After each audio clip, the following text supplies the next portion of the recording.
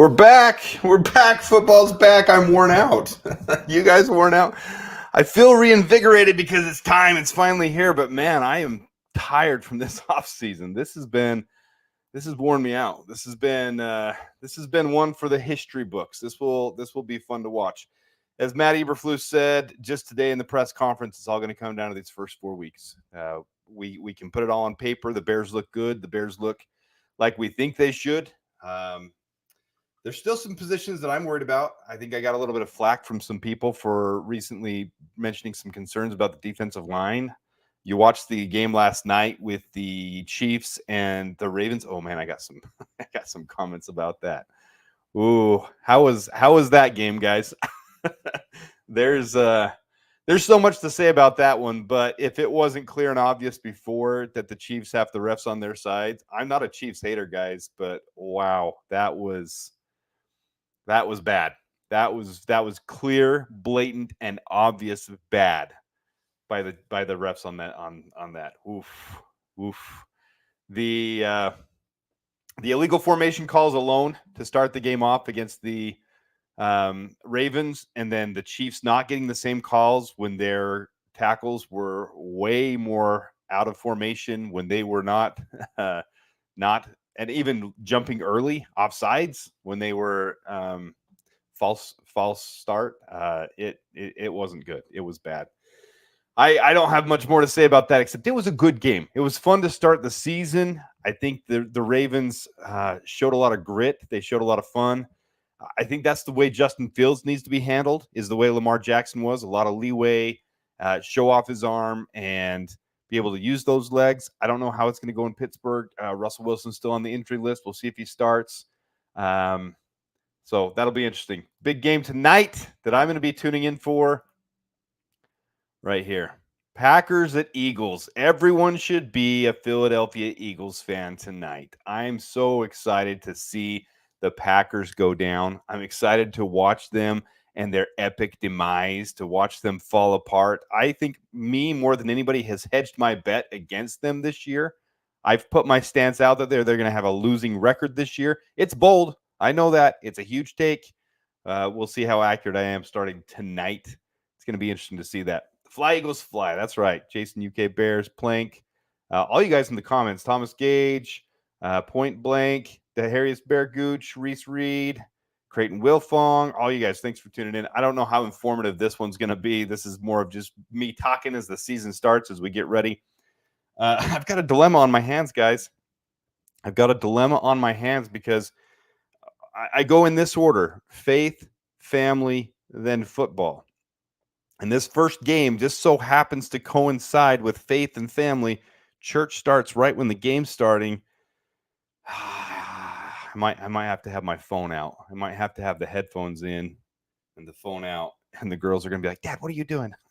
We'll see. If I don't catch it live, Cubs game's on. And I'm hoping for miracles. And first and third now. Nope, that was a steal. Anyways, bye Cubs for just a minute. Anyways, here's the injury report, those who haven't seen it. And if you haven't listened to Matt Eberflus, they brought up Keenan Allen in the press conference. They brought up Montez Sweat. He made it sound like those guys that were full participants today are good to go. So he wasn't worried one bit about Keenan Allen. He made it sound like Keenan Allen wasn't on the injury. He was a little bit confused. Keenan Allen wasn't on the injury list anymore, but he is. This is the official injury list, but he's questionable for the game. But he made it sound like all these guys that were full participants today are not questionable for the game. So that would leave only Zach Pickens, who is out. He's been ruled out for the game with a groin injury. And then Darrell Taylor, the new defensive end that we picked up, and DeMarcus Walker was limited today. It sounds like Pickens and Taylor are the only ones really out, and Walker will be in the game. We'll have to wait to see till tomorrow. So Kieran was a full participant today.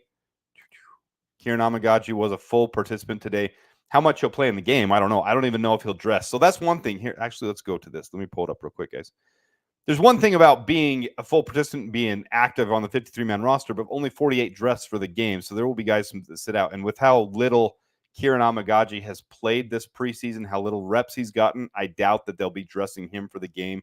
We have so many linemen on the roster this year, and they usually only take about 8 to the game, so 2 of them would sit anyways. There it is. pull it up. So, man, that format looks really funny. Sorry about that, guys. Just ignore the stuff on the right. That was the contracts. I'm going to have to redo this format for StreamYard. They have a different format. So this was my YouTube.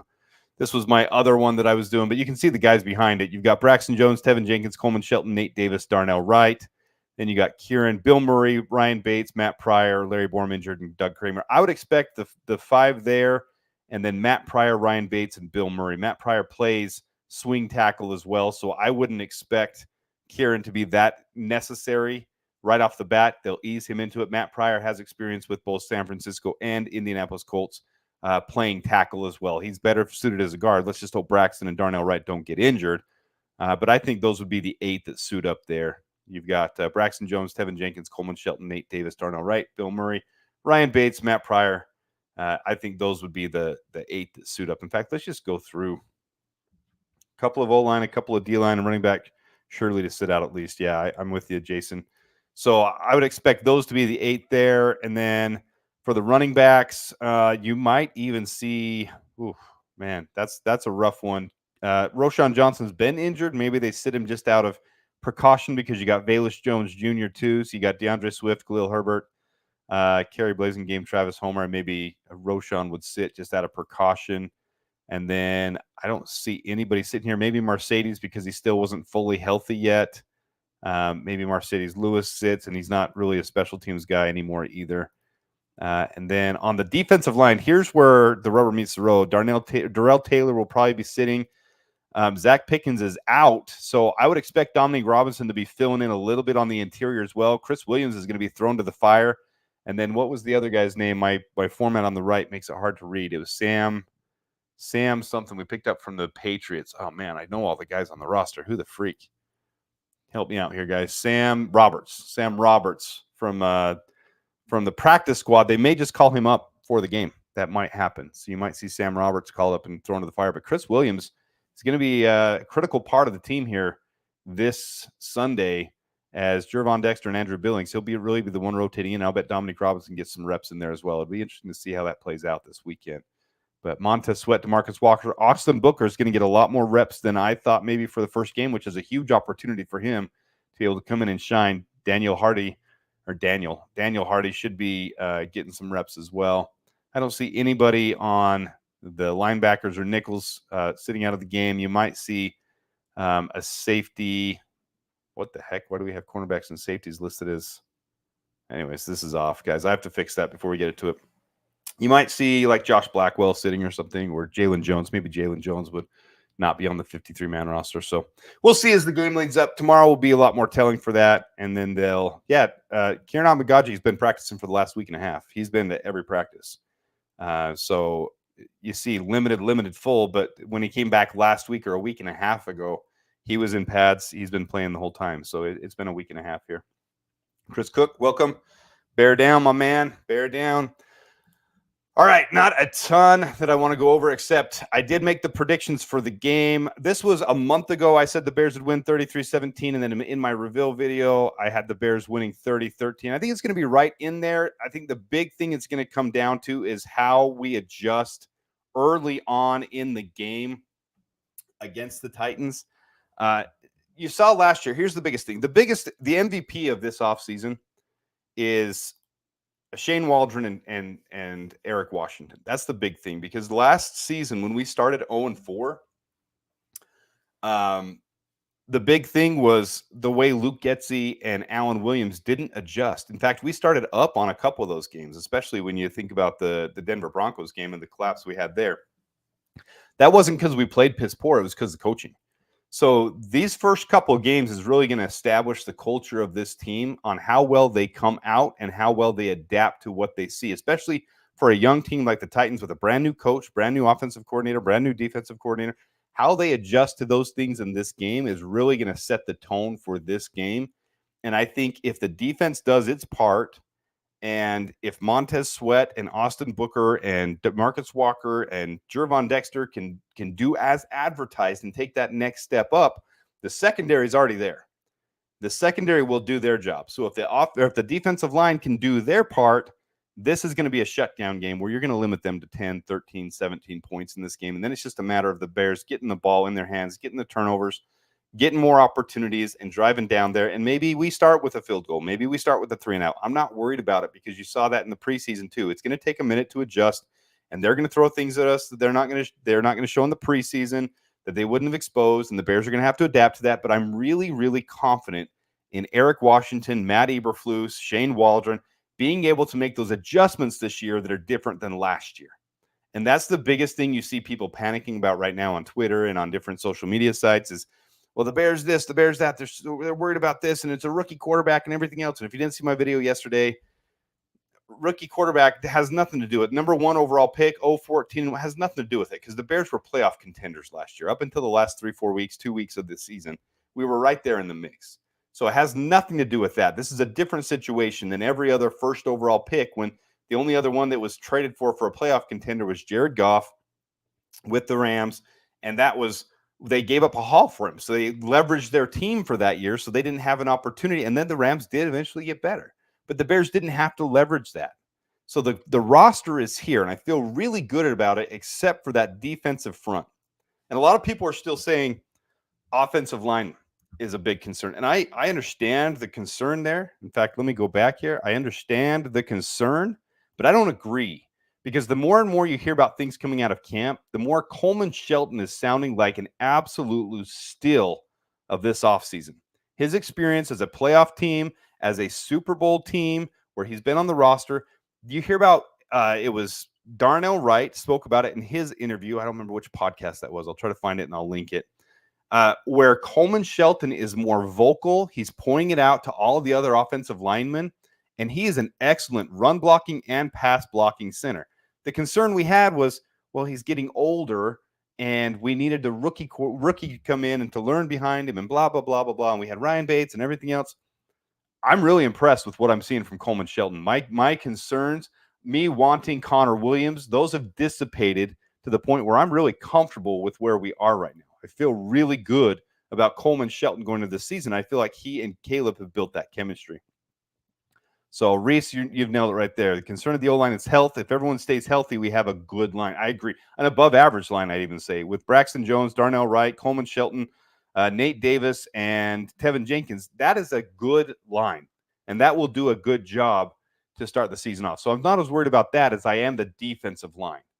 If Gervon Dexter doesn't take that step up, you saw the effect that Chris Jones had last night for the Chiefs, for how well they were able to get after Lamar and put pressure on the Ravens at the beginning of the game because Chris Jones was disrupting the middle.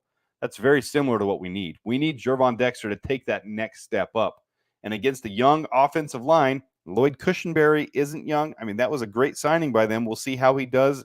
They're going to have to gel and come together.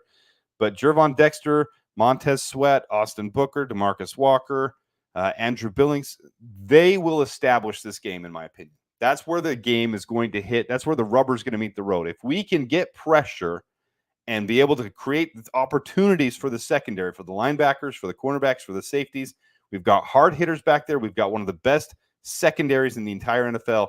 It's going to come down to how much pressure they can get on Will Levis and be able to make him look like a rookie again, make him look like he's inexperienced. So that's where I think the rubber meets the road for this game. Let's go to, this is what I had for season predictions. I don't see us struggling in this game at all.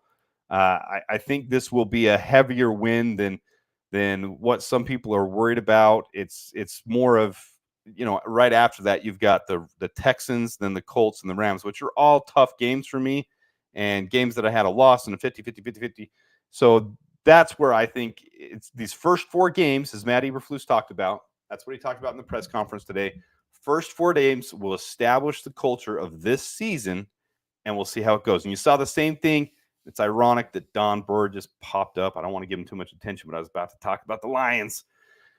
It's the same thing as last year with the Lions. The same buzz the Bears are getting this year is the same buzz the Lions got last year. Now, the Lions fell apart at the end of the year. They really crapped the bed in the playoffs. They looked like a scrub team, a team that the Bears played. They looked like a team that couldn't handle the Bears in the season. So it was too bad for them that they can. I think everyone was kind of pulling for the Lions except their own division rivals. But that's the same thing you see this year with the Bears, is that hype that was behind them is the same hype the Bears have. a rebuilt roster, a strong coaching staff, really established team that's come together.